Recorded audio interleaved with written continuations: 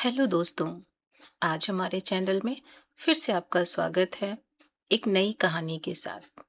आज की कहानी को लिखा है विद्या शर्मा जी ने और कहानी का शीर्षक है माँ को किसने मारा। तो आइए इस प्यारी सी दिल में गहराई तक उतर जाने वाली कहानी को सुनते हैं। मानसी रात के खाने की सारी तैयारी कर सोफे पर पड़ गई। अभी बच्चे पढ़ रहे थे और पति विनय ऑफिस वर्क कर रहे थे, लिहाजा उसके पास घंटे भर का समय था। अभी वह सोच ही रही थी कि इस 1 घंटे का उपयोग वह किस तरह करे कि तभी उसका मोबाइल बजा। उसने देखा माँ की कॉल थी इस वक्त और माँ। यह सोचते सोचते उसने कॉल उठा ली। उधर से माँ की आवाज आई, मानसी बेटा। मानसी, जी मम्मी नमस्ते, कैसी हो आप? माँ, खुश रहो बेटा, ठीक हूँ।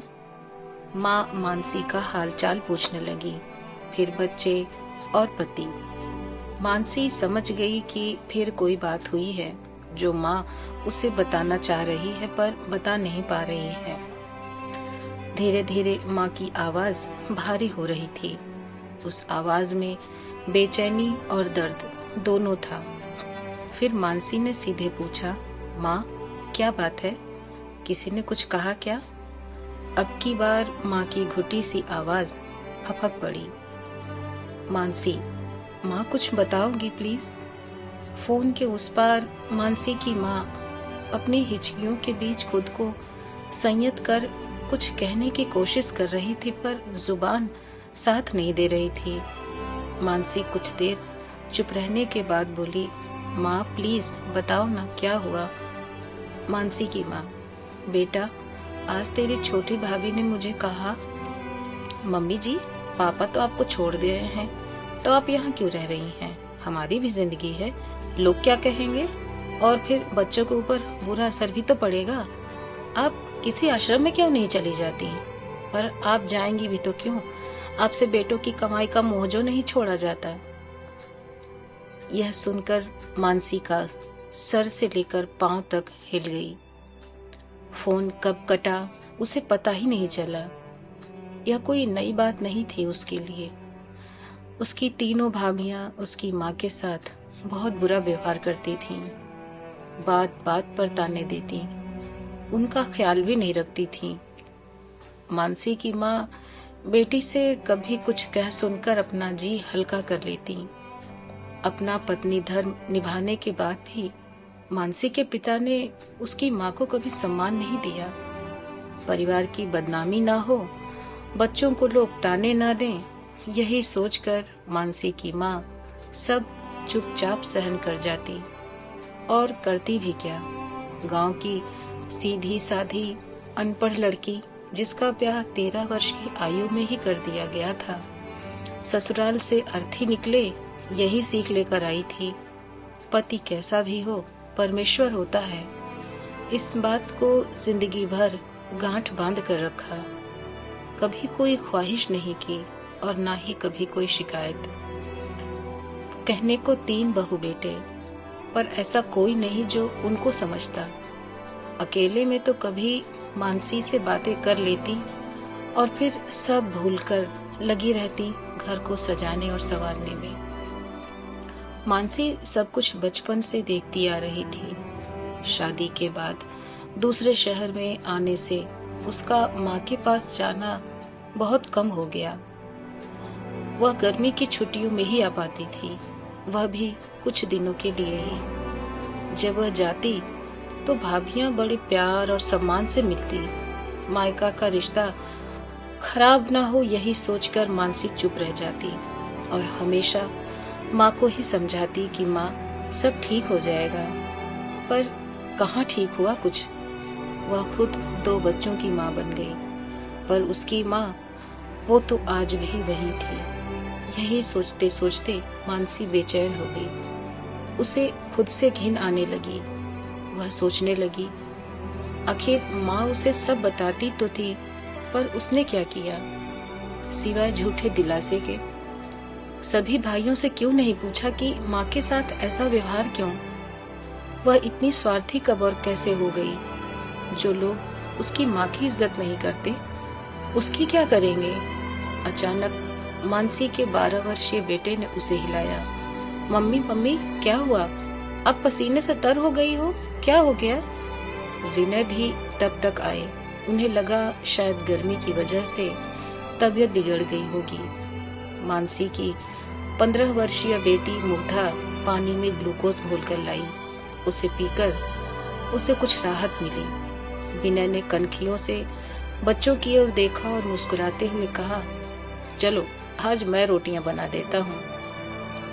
यह सुनकर बच्चे हंस पड़े और मानसी भी, पर अंदर ही अंदर मानसी का दिल रो रहा था। रह रहकर उसे माँ की आवाज सुनाई दे रही थी। वह रात भर सो नहीं पाई।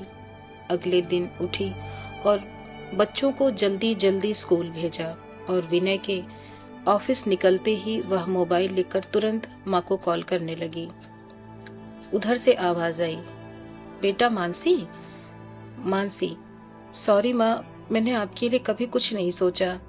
पता नहीं कैसे मुझे आपकी तकलीफों का एहसास ही नहीं हुआ। मुझे माफ कर दो माँ।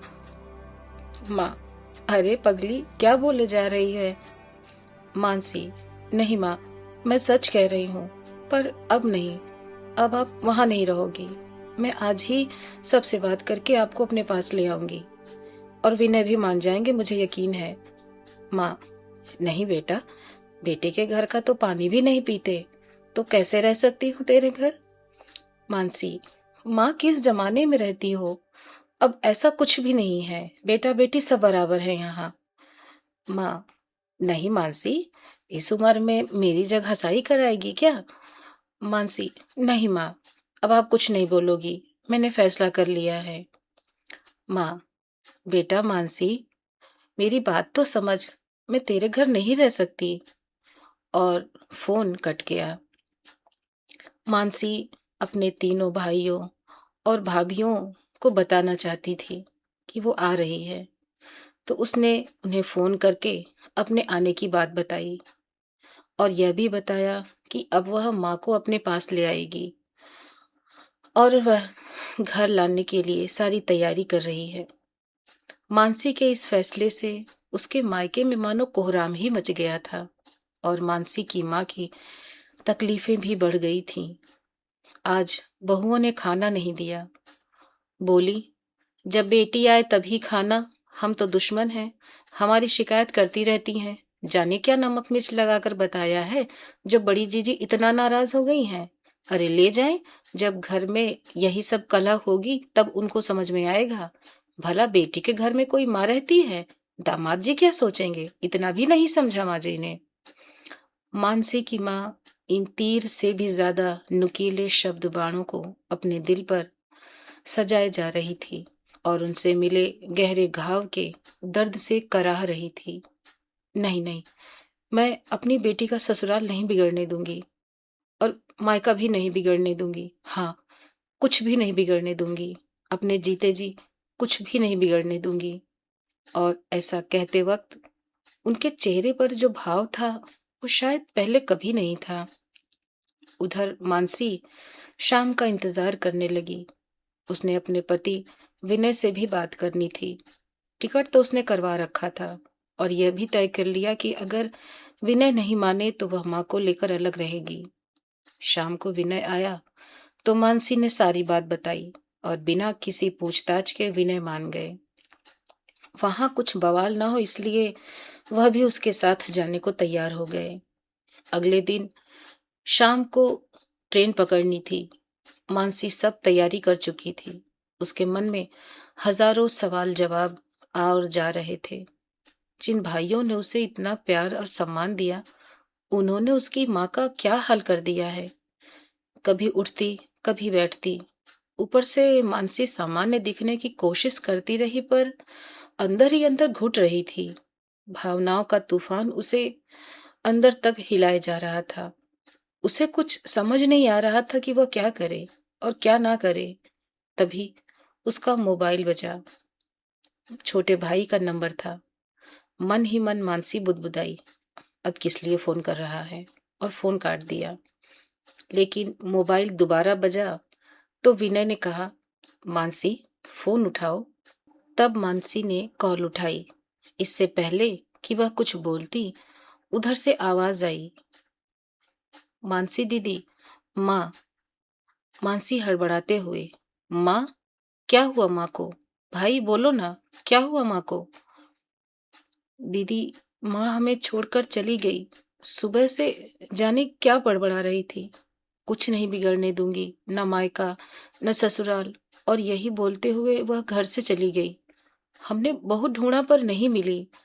और शाम को पुलिस ने बताया कि रोड एक्सीडेंट में उनकी मौत हो गई है। मानसी बुत हो गई।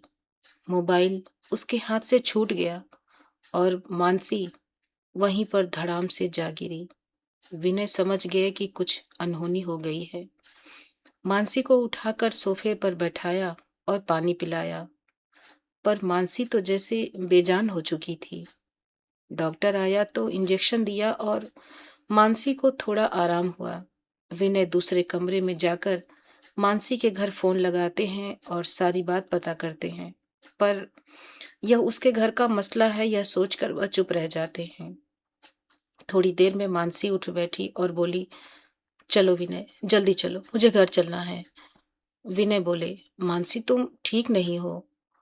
मानसी बोली, हाँ विनय, मैं ठीक नहीं हूं, पर जल्दी करो वरना बहुत देर हो जाएगी। बच्चों को साथ लेकर विनय उसके साथ चल दिए। सुबह होते होते मानसी अपने पति और बच्चों के साथ वहां पहुंच गई। देखा तो मां की अंतिम संस्कार क्रिया चल रही थी। मानसी भी चुपचाप जाकर बैठ गई। हर कोई उसे कुछ न कुछ बता रहा था, तो कोई कुछ समझा रहा था, पर मानसी, वो तो जैसे जड़ हो गई थी। बस चुपचाप बहती आंखों से माँ की तस्वीर देखे जा रही थी। उसे ऐसा लगा जैसे माँ भी उसके पास आएगी और डांटेगी कि मानसी, तू कब आई है और बस बातों में लगी है, कुछ खाया भी नहीं। और देख, तेरी गंदी आदत अभी तक नहीं बदली, हाथ पैर भी नहीं धोया तूने। पर अब ऐसा कोई नहीं कहेगा, क्योंकि अब माँ जो नहीं रही। कोई शिकायत नहीं करेगा कि बेटा, मानसी साल भर तो आती है, वह भी 3-4 दिनों के लिए। तुझसे जी भर के बातें भी नहीं कर पाती हूँ। मानसी, अरे माँ, मोबाइल है ना, बातें तो करती हूँ, तुम परेशान ना हुआ करो। बच्चे बड़े हो जाएंगे तब लंबी लंबी छुट्टी लेकर आया करूंगी और फिर तुम्हारे साथ बहुत सारा वक्त गुजारा करूंगी। हम दोनों बहुत सारी बातें करेंगे। और यह कहते हुए मानसी माँ के गले लग जाती थी और माँ भी सब कुछ भूल जाती। तभी मानसी ने देखा जैसे माँ उससे कह रही हो, मानसी बेटा, कब तक ऐसे बैठी रहोगी? मायके आई हो, चलो उठकर कुछ खा पी लो। देखो तो कितनी दुबली हो गई हो। अचानक मानसी जोर से चीखी, माँ! पर माँ नहीं थी। वो तो गुजर गई, बेटी का मायका बचाने में और बेटी की ससुराल बचाने में। भाई और भाभी रो रहे थे, पर मानसी को ऐसा लग रहा था जैसे वह सब उसकी माँ की लाश को रौंद रहे थे। वह चिल्लाकर दौड़ी, हट जाओ, सब कातिल हो, तुम सब मत छुओ उन्हें। विनय ने उसे संभालने की कोशिश की, लेकिन वह नाकाम रहा। तभी वहां पुलिस आई। सब चौंके। पुलिस क्यों आई? मानसी, मैंने बुलाया है। इंस्पेक्टर ने बताया कि मानसी जी ने 7 लोगों के खिलाफ रिपोर्ट लिखवाई है कि उन लोगों ने उनकी माँ की हत्या की है, जिनमें 6 तो उनके भाई और भाभियां हैं और 7वें व्यक्ति का नाम नहीं पता। अचानक सब मानसी पर बरस पड़े। यह पागल हो गई है, माँ की मौत का सदमा लगा है। मानसी चिल्लाई, चुप करो तुम सब और अपने दिल पर हाथ रखकर बताओ, क्या तुम सब ने माँ को आत्महत्या करने के लिए मजबूर नहीं किया? इंस्पेक्टर साहब, यह एक्सीडेंट नहीं, उन्हें मरने के लिए मजबूर किया गया है। और इंस्पेक्टर साहब, वह 7वां नाम मेरा है, मैं मानसी, जिसने सब कुछ जानते हुए अपनी माँ को मरने के लिए छोड़ दिया। मैं भी गुनहगार हूँ अपनी माँ की, मुझे भी सजा दीजिए। और यह कहते कहते मानसी गिर पड़ी। और माँ की लाश से लिपट कर बिलख पड़ी। दोस्तों, इस कहानी को मैं यहीं छोड़ रही हूँ, क्योंकि कहानी तो बहुत आगे जा सकती है। पर मैं एक सवाल आप सबके लिए छोड़ना चाहती हूँ कि मानसी की माँ की मौत का जिम्मेदार कौन है? कहानी के मूल में छिपे उस प्रश्न का उत्तर मैं आप सबसे चाहती हूँ। तो दोस्तों, यह थी आज की कहानी। अगर आपको आगे भी ऐसी ही क्लासिक और दिल में उतर जाने वाली कहानियां सुनने में दिलचस्पी है, तो हमारे चैनल को सब्सक्राइब जरूर करें। आपका ये सहयोग मेरे लिए और आपके लिए बहुत सारी बेहतरीन कहानियां लाने के लिए मुझे प्रेरित करता है। तो मिलते हैं फिर अगली कहानी में। तब तक के लिए आप सबको मेरा प्यार भरा नमस्कार।